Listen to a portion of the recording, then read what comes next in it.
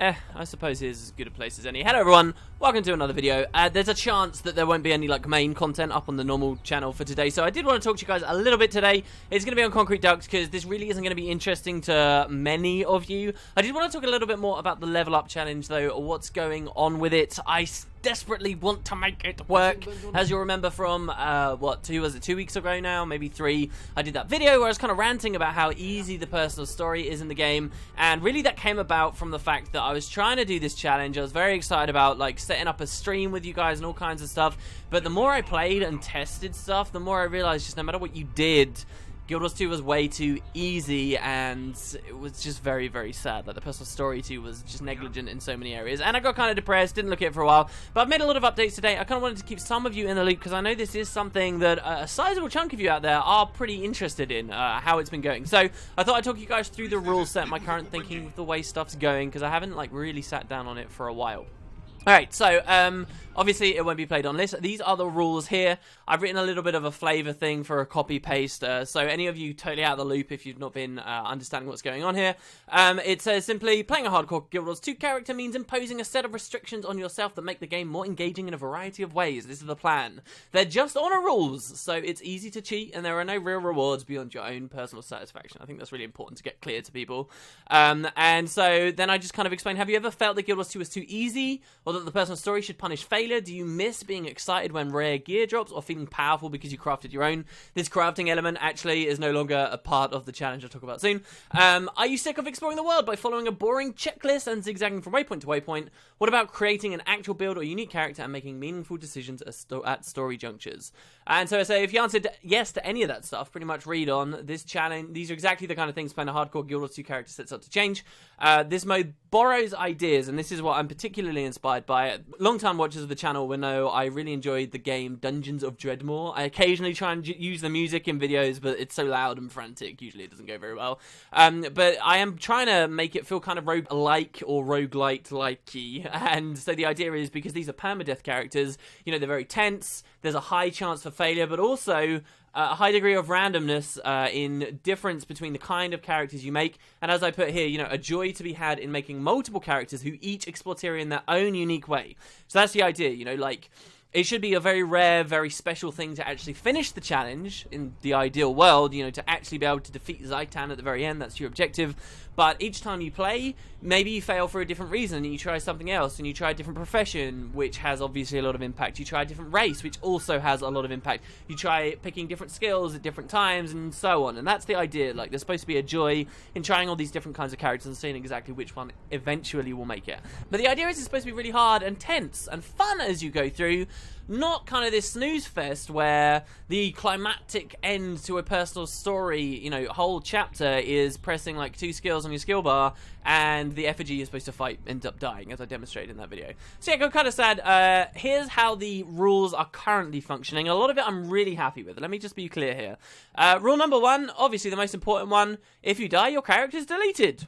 That makes a lot of sense. So this definitely is the kind of thing, if you die, then you take all your gear off of it or whatever, salvage it, get your money's worth, and then you delete the character and you can make a new one. So that's really basic. I'm happy with this rule. This rule as well, you cannot withdraw from the bank. You start with no gold or crafting materials. I used to just describe this as you start as nothing, or you have no bank. Specifically, the idea is you can deposit stuff, if you really want. If you were to get, for example, I found while I was playing, if you log in on your permadeath character and you get a login reward, and it's something you're not allowed to use in the challenge, then what? Is it just supposed to be stuck in your inventory? So you can, so it's worded now to say, yeah, you can deposit stuff, you just can't withdraw, which is essentially just means you've got no bank. You cannot waypoint. This, again, is still really fun. I've been playing with the idea that you can maybe waypoint out of a city to kind of speed up the early gameplay, but just you cannot waypoint flatly seems like a lot of fun.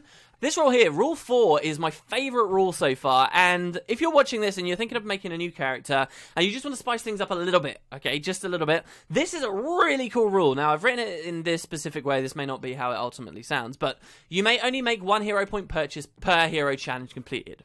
And this is awesome. Trust me, this is awesome. But what specifically does this mean? Well, it means if I'm running around in-game, as I level, I'm getting given hero points. And every time I do like a hero challenge, you're like getting multiple hero points. And you end up with tons of them, okay? Obviously, if you're getting world completion and reaching level 80, you get tons. 214 unspent. So the point about this rule is you don't get to spend hero points unless you have just done a hero challenge. So, Liz is an Asura, okay? So, let's say, for example, she'd start in Metrica Province.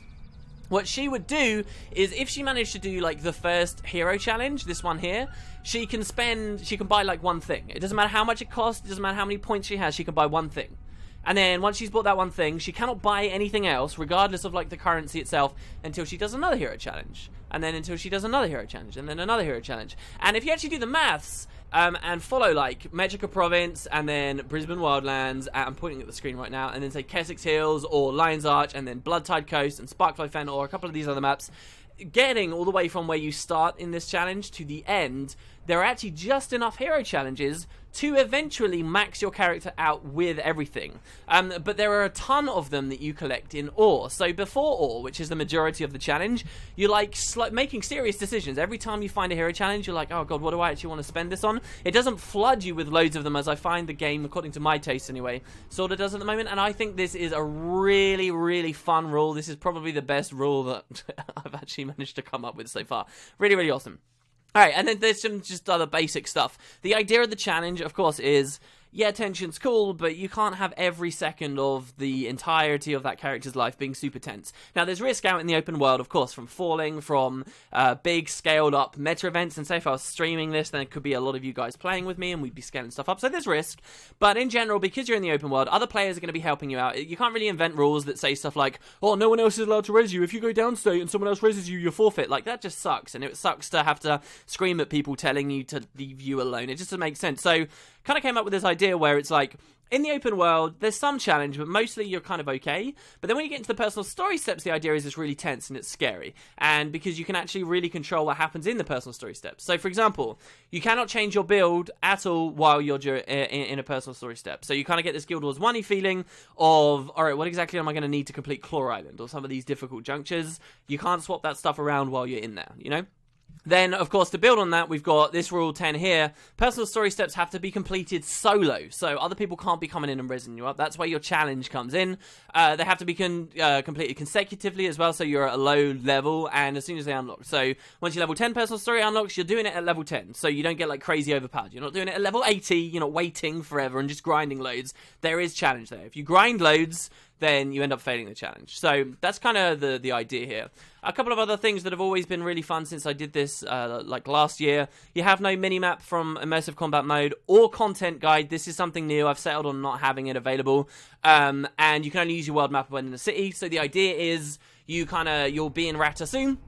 And while you're in Ratasum, you can look at your map. You can only look at your map while you're in Ratasum. And you'll see, like, your green starburst, and you'll be like, alright, where is that? Okay, I can see it's kind of near this marsh. If I happen to find this building here, I know this is a building. If I find this, it's somewhere off to the west of it. And then you're actually looking out there with your eyes in the landscape, trying to find the starburst. If any of you guys have ever played, like, classic RPGs like Morrowind that really didn't give you much sense of direction, but you're actually kind of out there trying to figure it out on your own, gives a really thrilling sense of exploration. It's just really, really cool. So I'm very happy with that rule too. Then lastly, we have this rule here. You cannot explore maps until the personal story is directed you to them. And so this kind of builds into this roguelite idea where each character is supposed to feel distinct. And what this means is if you're playing a Char character, you're exploring Ascalon, and you're exploring a very certain route, and if you pick a specific order, you're going to very different maps that someone who, say, picked Priory instead of you who, say, picked Vigil. What this means is every character you make, not just the profession matters, but the race you pick matters, and the decisions you make in the story as you go forward, which race you want to help, that matters too, because that entirely changes the locations you get to go to. And that's important because it affects the amount of hero points you're going to get at the end, or the speed that you get hero points at the end, how the level of the maps that you get to go to. Some characters will never end up in Herathi Hinterlands. And so this again is the idea that you kind of get to make these meaningful choices as you go along. It's a really cool rule. However, all this stuff combined, and that last rule I just mentioned specifically, introduces some problems. All this stuff combined, the game is still piss easy, as I demonstrated in that rant video I did for you guys. If you haven't seen it, I'll leave a link in the description. And it's piss easy in two specific ways. Number one, it's easy because all the stuff dies really fast. And number two, it's easy because there are no real currencies. And I do think this is important while you're playing an RPG. There are no currencies you really care about. I can say in this rule set, oh, you start with 0 gold.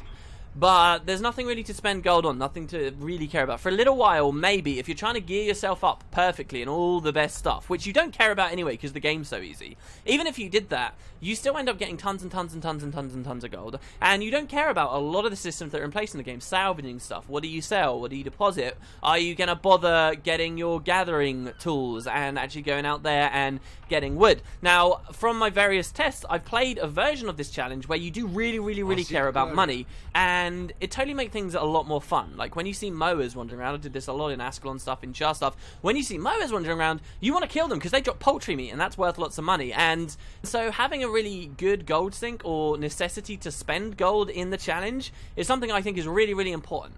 Unfortunately, it's really hard to hit. That's one thing, that the game's still really easy. The other problem as well comes about because of this idea you can only visit maps the personal story is going to send you to. And I'll highlight how this works. Let's say we are a Char character. At level 1, we go out to Plains of Ashford, we level, it happens very quickly, we get to level 10 very quickly. And then we have a personal story, and the rules dictate we have to do personal story straight away. Now that's going to be piss easy and stupid and almost a non-element of the gameplay, which sucks, but hey, whatever. We do that personal story, we're just starting the character, it's fine. Then we're going to be maybe level 11 or 12 once we've done that, because you get experience for doing the personal story.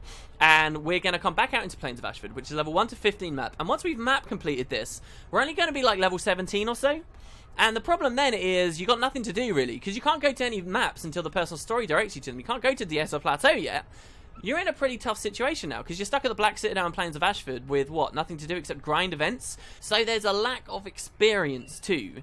And so I thought for a while I had the perfect solution to this. The perfect solution was crafting. What you could do is you would say to people, right, you have a specific crafting discipline for each character you're doing this challenge on, and when you get to like that level 17 mark, you've gathered a ton of materials because you've been salvaging, because this is a difficult challenge, because you have to involve yourself in many of the mechanics the game has to offer. You've got a bunch of stuff, you come back to the Black Citadel, you refine a ton of things, you level your craft, maybe give yourself some weapons you enjoy, and what do you know, that puts you to 20 as well. And there you go. Not only have you just given yourself a gold sink, but you've given yourself a means of gaining experience too. And that seemed perfect. Problem is, crafting doesn't give you very much at all. Not if you're going to tell people they can only have one discipline, and it's pretty boring at that, especially as the challenge progresses. You spend an awful lot of time just crafting, running backwards and forwards. You can't really waypoint, right? So you're running backwards and forwards from the trading post, and it's just really unfun gameplay, and eventually you still find yourself having to come back out and kind of grind events. So it wasn't a good solution, and this was one of the biggest things that I couldn't work around. I wanted two things, basically. I wanted a way to get experience, and I wanted a way to get a gold sink. Well, today I kind of took another renewed look at this this problem that I was having, and I think I came up with a really interesting little concept. This is what I really want to show you guys. I'm not saying that this is necessarily ready. I want to do a couple of characters on it and get used to the idea. First of all, some of you might be thinking, well, for experience, why don't you think about level up tomes? Well, level up tomes are really frustrating to me because the whole idea of the challenge is you don't use your bank, and then it's kind of like saying, oh no, but you can withdraw to get some level up tomes, and then it also kind of takes away from the epicness of completing the challenge at some point. You know, if I'm gonna be doing a stream of this or trying to tell people about this cool like idea of way to level, and it's like, oh, it's this really difficult challenge to get to level 8 and defeat Zaitan, and then they read, oh yeah, but everyone starts at level 20 anyway, or everyone starts at level 10 because you get level up tomes because they're allowed. It kind of diminishes the whole challenge there. So instead of taking kind of a different perspective, we know for a fact that this early game gameplay, at least the first level 20 levels, even if you make people run around naked with no gear or anything, everything's still really easy. We know this for a fact. So instead, what I'm kind of looking at it as is the first like 20 levels of the challenge, they're mechanically easy, like they're not risky, you're not really gonna die, but the difficulty is in completing that first map and doing that first chunk of personal story, getting to level 20. And so the play here is that you need to be going to the trading post and buying really particular stuff you won't see most players ever really use. So let's go to the trading post here. I'm trying to hit the hotkey. Buying really specific stuff to help you with experience. Now, boosters and things aren't necessarily on the table, but if you look at stuff like candied apples, oh god, we typed that completely wrong. If you look at stuff like candied apples, this is actually a food that gives you 15% experience from a kill instead of just 10% experience from a kill. So the idea here is you are running around with this stuff, and there's a utility version of this as well, and it's through this that you get that high level, and that's kind of the challenge there. It's not, and so the challenge is slightly different. Early game challenge is about getting the levels. Late game, when the world explodes open to you more, and there's a lot more experience to be had and areas to explore. In those situations, the challenge is actually because, hey, you're at danger of dying a lot. So that's kind of my perspective with the experience. We still have a problem with the game is just generally too easy, and we still have a problem that there is no real gold sink. And so here's kind of the creative solution. Let's come back to our rules here. We've kind of come up with this idea of a shop. So this is maybe not worded too well, but you must purchase certain capabilities from the shop. So what do I mean by this? Well, there's a really cool thing you can do. One idea I heard someone say once upon a time was, hey, why don't you let people waypoint, but you just tell them, hey, it costs a gold to waypoint. And so then the question is, well, what do you do with the gold? Like, what? And their solution was, oh, you just mailed it to a random person. You brighten someone's day. I didn't really like this idea because it's basically just throwing money away that is going to put a lot of people off, and I get it kind of brightens their day, but we're in serious honor rule territory at that point. It just didn't seem to fit too well. But you can actually create a shop for yourself that you pay for goods, and then once your character is over, you actually don't lose any money. And this is the thing that really kind of excites me about this. I tweeted you guys an image just earlier on today. I'll demonstrate this best at Divinity's Reach here. So here we are at the bank in Divinity's Reach, and if I rep my personal guild, which is Junolai Chest, yeah, it's a great name, thanks very much, and I come to my guild bank, you'll see I've got an investment in gold, hopefully for one day when they add Ascended Jewel Crafting. But down here, I've actually made a shop. You know, if you use a guild stash or a treasure trove, you know, I've named it up here, Ye Old Scrit Shop. I've added a little Scrit mini here for a little bit of flavor. He's the shopkeeper necessarily. And this would actually be used for the challenge. The idea here is that when you start playing, there's a lot of things you can't do.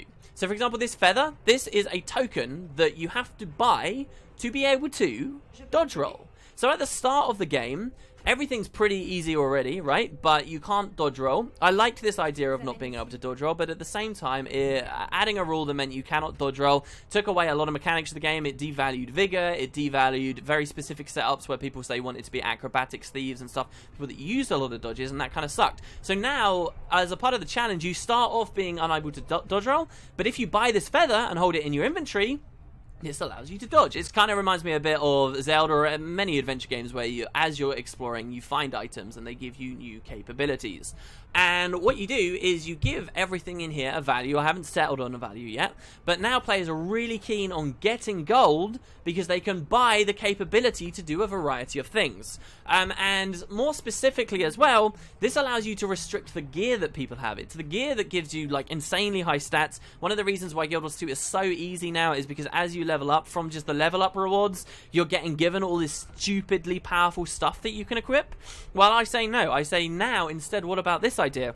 Now, when you create your new character, I have a level 1 character right here. Here we go, Merlin Featherstone. This is my Tengu in waiting. Merlin Featherstone is the name of the leader of the Angchu Tengu, but only appeared in the factions manuscripts, I believe, or in Empire Divided, which was a big article about factions lore and never actually appeared in game, and the name was free. I grabbed it quite recently. But when you create a new character, here's what you're going to get, right? You're going to get 4 pieces of armor. And the idea is, you're stuck with this armor. You're stuck with armor that you can't slot any wounds in. You're stuck with armor that gives you barely any defense, has no inherent stats on it. And when I complete my personal story stuff and I get new chest pieces stuff, I cannot upgrade this armor. I can't equip any shoulders, I cannot equip any gloves. I am stuck with this stuff. I'm restricted. And likewise, I'm not allowed to equip any trinkets either. But so, when I'm out exploring the world, I'm desperate to get gold. And why am I desperate to get gold? So that I can spend it in the shop and gain the ability to equip this stuff. So, if we come back to Ye Old Script Shop here, once my loading screen's done, you'll see that in the shop you have like a chest piece here. So for example, in the middle, if I want to be able to equip better chest pieces throughout my adventure, if I'm running around exploring and when I'm like level 38 or something, I get like this insane awesome rare chest piece as a drop, and I really want to be able to equip it, I would probably want to spend my gold on buying this chest piece. And this doesn't mean I equip this chest piece, this is more of a token, okay? Once I have this token in my inventory, once I've bought it, I can now equip any new chest piece or old chest piece I find while I'm leveling up. And so that's kind of the general idea. There's a lot of cool quirks to this, honestly. Like, you might think, oh, people are just going to buy the chest piece and maybe legs because they're worth the most stats and that. But if you think about it, you start off with no shoulders at all, or no gloves at all. And so there is a little bit of a decision there to make, whether maybe you just want to buy the ability to wear shoulders instead of the chest first, like the order you do it in, because then you've got more armor overall. And so kind of as you're playing through, you're desperate for the gold because you want to be able to buy as much of this stuff as possible. I would personally be tuning this difficult enough that you cannot buy everything in the shop in a single playthrough. I was actually thinking, you know, something as extreme as like 10 gold per thing. 10 gold, which you'd get somewhere around, if you're really paying attention to money, I would say you'd get that somewhere around level 25 to level 30.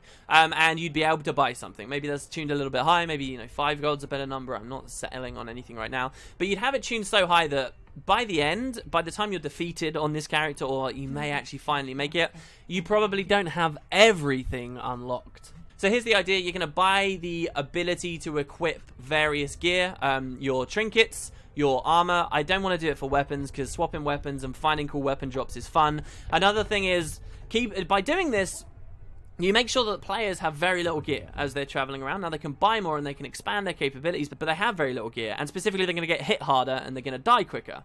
But the one catch to that is it can make the game really boring, because if you don't have any good weapons, you do tiny, minuscule, horrible damage, and then the game's not fun either. Yes, it's a challenge, but it's still not fun because stuff takes years to kill. And so if you let people just do what they want with weapons, the ability to equip any weapon, none of that stuff is associated with the shop at all. If you allow people to do that, they can still have decent weapons with good levels of weapon strength on them, and hopefully they're still killing mobs at a reasonable speed while also being very risky themselves and dying at a high speed themselves. So that's why weapons don't appear here, but trinkets and specifically armor do. And I liked the idea of selling like a feather that allows you to dodge roll. And then we have these three. I'm not sure which will stay in the end, but the further things you can restrict people on is like, okay, another thing you can do, you can buy whatever the hell you want from the trading post. We already have a good gold sink here, a really good gold sink. If you then want to spend even more money, if you're like, all right, I'm fine with what I've got, I just want to buy a bunch of exotic gear or stuff like that. If you're in that situation, you can use the trading post and do whatever you want. But I like the idea of like saying, okay, you can only, and this talisman represents your ability to buy runes. So you can't buy runes from the TP unless you buy this talisman. Or you can't buy sigils from the TP unless you buy this. Or you cannot use consumables in the open world unless you buy this one. You see that it's kind of a consumable. It's got a mug of ale on there. So that would be the idea.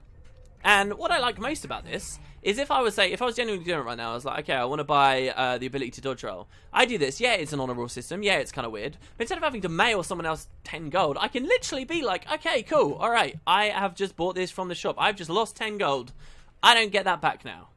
And it's locked in there. But then when my character dies, when it's all over, I can just withdraw this money. It means that you're still leveling, and for your normal players, like, I wouldn't just exclusively be doing this. I still like to think I'm earning cash. I'd like to think I'm not wasting a ton of money. One thing on my tests before, when I was doing the crafting thing, it was kind of annoying because I was spending tons of gold. I remember like sinking 10 gold at least just to get from like level friggin' 25 was it or something to like level 29. It was horrible. Wood, guys, is very, very expensive at a low level. And so that was really annoying. I was like, oh man, you know, this is actually money, and I think that would throw people off. But the beauty of this system is you get to have your cake and eat it too. You get to have your money at the end. You can withdraw it. And on top of that, you know, once you're done with the character, to reset the shop, all you got to do is just drop it back in. You know, this stuff is not a soul bound to a character. You're not actually equipping this stuff. You just throw it back in, and it's just meant to be there to hold in your inventory. And so it's like this really renewable, cool kind of idea. I was thinking as well, you could kind of start off the adventure with a bunch of adventuring supplies. And so you could give people a bag, you know, a bag on the house from the shop. You can just withdraw this without buying it. That's why they're down in this section here, below all these supplies. a 10 slot invisible bag, and this just kind of holds your tokens. It's a invisible bag so they don't get in the way. It's a 10 slot bag because you're probably not going to have like more than 10 tokens in one run, and if you are, at that point you've probably got the inventory space elsewhere, and you know, it's not super game breaking at a really early level, so you kind of give people this back. And so this was really cool to me. I liked this idea. I think I'm going to roll with it and see what other stuff I can throw in there. Obviously, you guys are welcome to chime in. You could use any tokens you wanted here. At the moment, I'm just using stuff that represents it as best I can think. You can have any shopkeeper you want. Everyone gets to set up like their own individual shop. I love that idea, and people can send in screenshots and whatever. But then this idea that you could get like adventuring supplies at the start too really excited me as well. Because then I was thinking, all right, if you get a couple of freebies from the shop, couldn't you solve some other issues? Couldn't you, for example, have tomes of knowledge in here? So you can grab the tomes from the shop. You're not breaking the rule by going to your real bank. You're not doing any of that. But then you give people a couple of tomes that they can use at their discretion as they level up. And it speeds up those kind of slow runs, that early game stuff. That stuff that people would get bored of watching a billion times on stream because I die every time at level 40 and then I'm back in the early game play. Unfortunately, you can't have account-bound stuff in the bank or soul-bound stuff in the guild bank. So that doesn't quite work. But it did feed me into another idea. There's one last problem, and this is what I'm looking at with the challenge at the moment. And it's to do with this last rule here. You must complete the challenge before running out of food. I've discussed this idea before. Let me explain. Now, the final problem with Guild Wars 2 is, alright, imagine that we've actually tailored it beautifully now into a situation where the game, you're dying quickly. The build, you know, you're locked into a build when you're in the personal story instance. You're alone. No one else is going to be helping you out. You're maybe doing lowish damage, or you've bought a bunch of stuff with your hero tracks so that you're trying to put out as much damage as possible and stuff. You only have a few bits of gear. It's actually difficult. It's engaging. Even in that situation, the game is still really easy because there's like no time limit on how long you spend in a personal story instance. And I experienced this myself when I was playing as my ranger, when I was originally leveling on him under a similar circumstance. The problem is, if I'm in Claw Island and I'm really struggling, I'm just going to stand ages back, okay? And you're not going to be able to help yourself doing this, and you can't draw a clear line as to what is cheaty and what is not. But I'm going to stand as far back as possible, and I'm going to be plinking away. I'm going to plink away until I just manage to kill that one guy. And I don't care if it takes me half an hour. If I buy rights, the character I've made is weak. I have no right really to be able to get through this. After half an hour, finally I've managed to kill that guy. Now, that's not fun. It's not particularly rewarding, and really, you failed that character at that point if you're doing that badly. But the game is set up in such a way that you can easily cheese any encounter out. You can just run away. I actually had one person who was doing a similar challenge saying, look, the open world, actually, I know you want the personal instances to be hard, but the open world is the harder part because in personal instances you can just kind of run away and cheese it. And so this is the motivation behind this last rule. What this means is only while you're doing personal story steps, you're kind of on a time limit. And the idea here would be this, that you play through the personal story on a regular level 80 character under totally normal circumstances, and you get a rough idea of how long it takes to complete Guild Wars 2. So you can say, alright, it takes 6 hours. All the instances back to back to back, roughly it takes about 6 hours to complete Guild Wars 2 on a totally normal character. And then what you do is you say, okay, well, these characters, these hardcore characters, they're gonna be struggling a bit more. So let's add an hour to that, 7 hours. And then once you've got 7 hours worth of time, in the shop, you put down a bunch of food. And that food totals to around 7 hours. And you say to players, okay, for as long as you're in personal story instances, you have to be nourished. If your nourishment runs out, then the challenge is over. Your character, starves to death or whatever. And what this means, and you give them throughout the food, a variety of durations. This stuff lasts 30 minutes, this stuff lasts 30 minutes, but this stuff only lasts 15 minutes. Through this food, which they'll get in their invisible bag, they can kind of decide when starting an instance, okay, do I want to use my short-term food? Do I maybe want to use the long-term food? Because I know this is a long instance coming up. And as you play, you'll know if you're going too slowly you're running out of supplies, and you're going to get more and more scared. You're going to start playing a little bit more recklessly in the missions, and that could either lead to big gains and success for you, or it could lead to your downfall, and then you have the shocking death because you're being pressured by your food and you have to restart. And so this kind of keeps that tension there, that keeps that pressure there, and it's kind of a global nice way of putting pressure on people to complete personal story instances quickly without going through and timing every single frickin' instance in the game and saying, oh, you have to reach par time for each one, which is just like this unwieldy idea, both to design and also to follow as a player. You know, these should be kind of simple-ish rules. So yeah, I kind of came up with this idea of the adventurer's bag, came up with this idea of the shop, and you'd kind of lug these items around. In the open world, consumables, you can do whatever you want, you know, but when you're actually in the instances, you kind of have these limited supplies. You're not allowed to buy more or replace them, you know, so if it's meatballs, the eventual item that you go with, then you have to keep these meatballs. But yeah, so these are all cool ideas. I like the sound of a lot of it, but obviously it needs testing, needs to know exactly what these times are, stuff like that. I just thought you guys might find it kind of interesting, because this is something I've been looking into today, instead of a Tyria 3D video, which was my plan. And I don't know, I know a few of you guys are interested. These are my current thoughts. I'd love to hear what you guys think. I know that like, those of you watching me on a Concrete Ducks video and getting this far in, you've probably got some interest in the challenge, so let me know what you think. I love the thought of having a cool shop, you know, even with, you know, an interesting shopkeeper and interesting tokens for each thing that like kind of explain themselves so people don't get confused. And yeah, that would just be really, really fun. Anyway, there you go, guys. Thanks very much for watching. I hope you enjoyed the video. Hope you enjoyed a bit of an insight into what I'm going on about when I keep talking about the level up challenge and what I've been doing with it. And when I say, oh, there's work going on, this is kind of what I'm thinking about. Cheers, guys. I hope you have a great day. I'll see you next time.